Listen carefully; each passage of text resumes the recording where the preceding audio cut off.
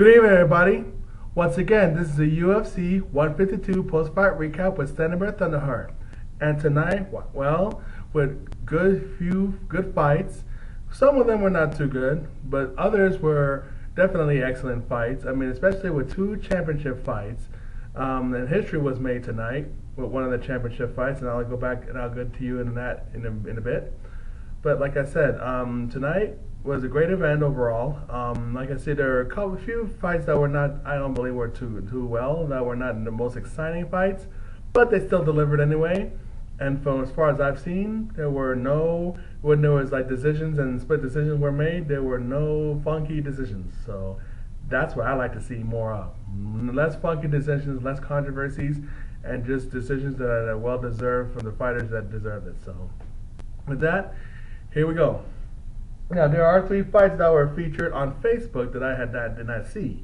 However, I read the results, so I will read them to you. And so, anyways, Kyle Noke versus Charlie Brenneman. And the winner is Kyle Noke via TKO victory. Mitch Gagnon versus Willen Watson. And the winner is Mitch Gagnon via submission, so congratulations on that. And Seth Baczynski versus Simeon Thoresen. And the winner is Seth Baczynski via TKO victory.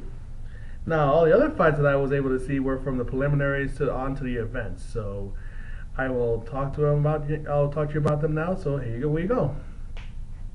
Now, in this first fight in the preliminaries, Jimy Hettes versus Marcus Brimage.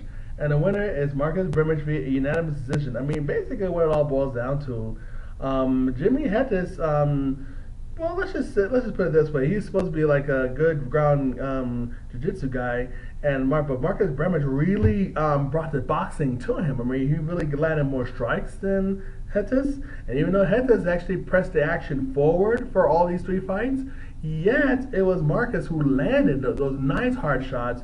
And even though Jimy and Hettes actually threw some good shots himself, but they weren't as really effective or as powerful or explosive as Mark Brimage's shots were.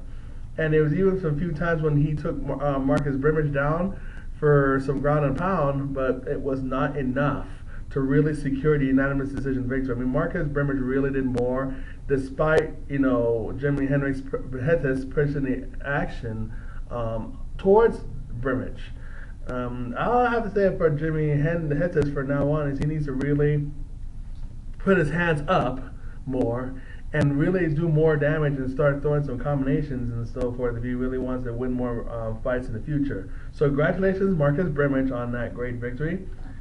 And Sean Pierson versus Lance Benoist. And the winner is Sean Pierson via unanimous decision. I mean, now this was not one of the most exciting fights, but it did kept the action was kept going as best as possible, and both men were pretty much exhausted by the 3rd round.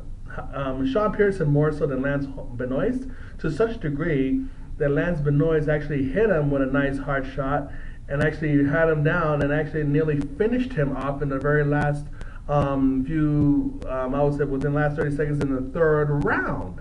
But of course, Sean Pierson got up and had him tied up, clinched up to really basically save himself from getting knocked out. But really though, Sean Pierson did more as far as was more aggressive and landed the strikes than Lance Benoist, and also he was able to really perfect more technical as far as really landing the strikes and even like doing a couple takedowns. But other than that, I mean, Sean Pierson really deserved that victory. So congratulations on unanimous position on that. And TJ Grant versus Evan Dunham. And the winner is TJ Grant via unanimous decision. I mean, this was well deserved for TJ Grant because even though Dunham and TJ Grant were getting tired at the end, and then Evan Dunham was really busted open, but the action kept on, and TJ Grant really did more as far as landing more strikes and even taking some takedowns and even stopping the takedowns from Evan Dunham. And it just got to the point where TJ Grant did so much more. So congratulations on that. And the next fight, before the pay-per-view event, the last one in the preliminaries was Igor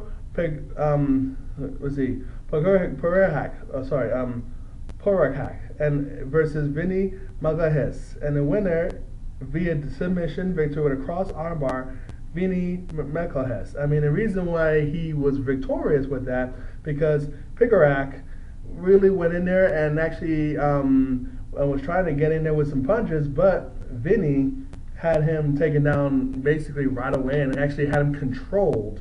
Pokrajak from the very beginning through a mount position, and despite the fact that Pokrajak and him had to get and Magalhaes had to get up, yet they went to the ground one more time. And what happened was Pokrajak thought that he had a good position when because basically he reversed it. Basically, meaning Pokrajak was first of all was in the Vinny and Magalhaes had him in a mount position. Sorry, he had him in a mount position. But the Pokrajak thought he had it reversed by turning him over and thought he was going to be in the mount position. But funny thing about it is, of course, Vinny Magalhaes has been a Jiu-Jitsu world champion, and he hasn't been a Jiu-Jitsu world champion for nothing because he was actually able to slap on the guard, but he was able to slap on into the arm, actually twist it over and actually flipped him over, not just by grabbing his leg and for leverage, but was actually able to use his legs and his body to to flip him over into a cross arm bar, which was very, very nice. Actually slapped it on tight and forced Pokrajak to tap out. So congratulations, Vinny Magalhaes, on his return to the UFC against a very veteran Croatian of Mirko Cro Cop's protege, Pokrajak. So congratulations. And the beginning of the pay-per-view went the first one, Cub Swanson versus Charles Oliveira.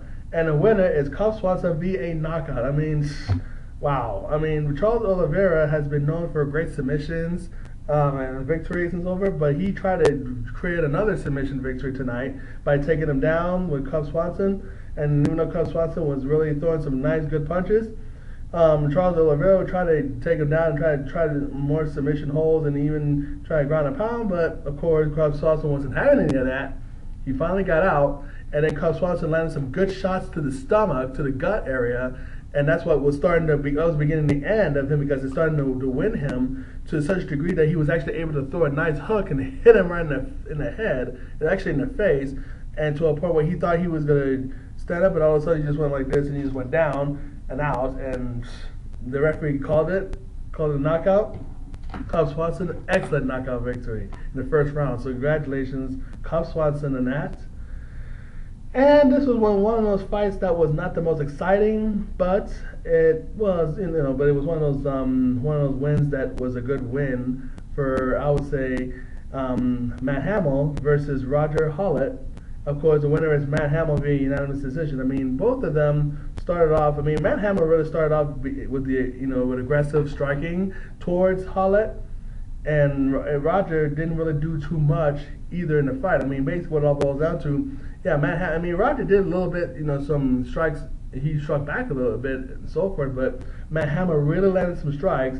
But what was a saving grace for Matt Hamill for the most of all the three fights was his constant takedowns and ground and pounds. Now, the ground and pound in the first round really got his left arm tired for some reason because he wasn't really able to throw him too well from the second or third round. However, despite the fact that he really couldn't really throw well standing up, yet when it all came down to it, he really tired Roger Hollett by taking him down plenty of times and kept grounding and pounding him to such a degree that, Roger Hollett didn't really have a lot of answer to that.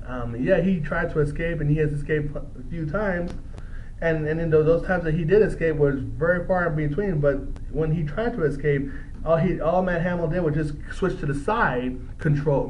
Side control, not necessarily on Roger Hollett's back, but Roger Hollett was covering up while he was still staying on the side of him and kept on pounding him and switching his hands around, and he kept on going under his chin so he could actually nail him.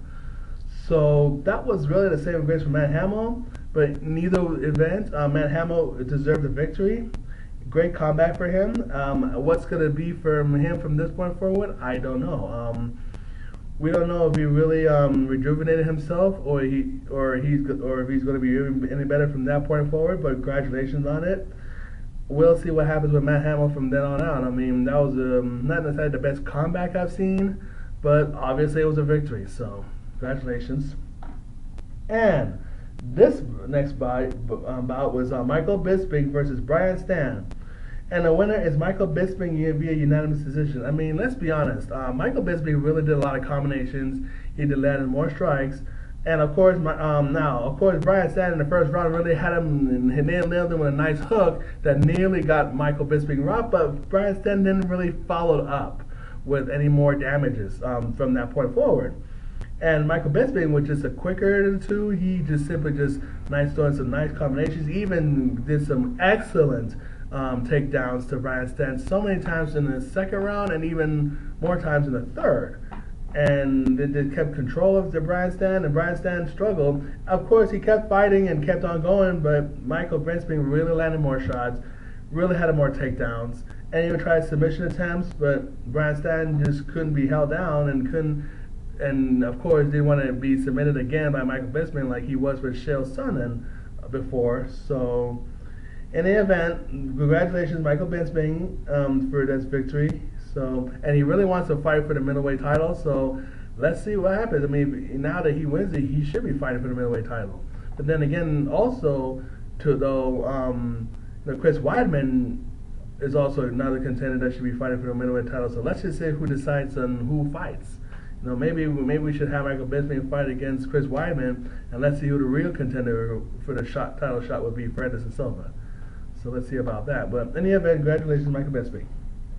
Now, in the co-main event of the evening, this is a UFC Flyweight Championship bout, which will be the first ever championship will be crowned. The history will be made because Dana White created another division called a Flyweight division, which is about 125 pounders and below. And so basically, it was Demetrious Johnson versus Joseph Benavidez, and the winner and first ever and new flyweight champion of the UFC ever is Demetrious Johnson via a split decision by defeating Joseph Benavidez. I mean, this was an excellent fight. It was so action-packed. I mean, everything was just like went from clinching to spin kicks to kicks to the head, kicks to the knees, punches, grappling, takedowns, and even in the fourth round, Joseph Benavidez had Demetrious Johnson in so much trouble that he actually had him in a guillotine, but in such a tight neck crank type of guillotine that Demetrious, we thought that it was over for Demetrious Johnson, but he held on and he got out of it. And then even Demetrious Johnson was starting to give him more takedowns. It was just the way he was throwing. Benavidez was trying to throw punches, and the Mighty Mouse just kept ducking, grabbing him, and slamming him. It's like a few good times especially in the fifth round. I mean, that's what he did. And Demetrious Johnson just kept moving away, kept on, having some fluid in his techniques and his punches. And Benavidez was also landing with some good power shots and doing a lot of things that he was supposed to be doing too, with reversals. I mean, this was such a clinic, and such a clinic for how a real great mixed martial arts fight should be. And yet, what I did not get from the audience in that stadium, from Toronto, Ontario, Canada, that this took place in, that there was a lot of chorus of boos on it. I mean, I was like, what in the hell are y'all booing about, first of all? This was a terrific fight. This is a history-making event. We have a new flyweight champion, Demetrious Johnson. He has been through so much in his life, growing up and really making an impact in the world and making it better for himself. And now he's impacting the UFC. He's a new flyweight champion.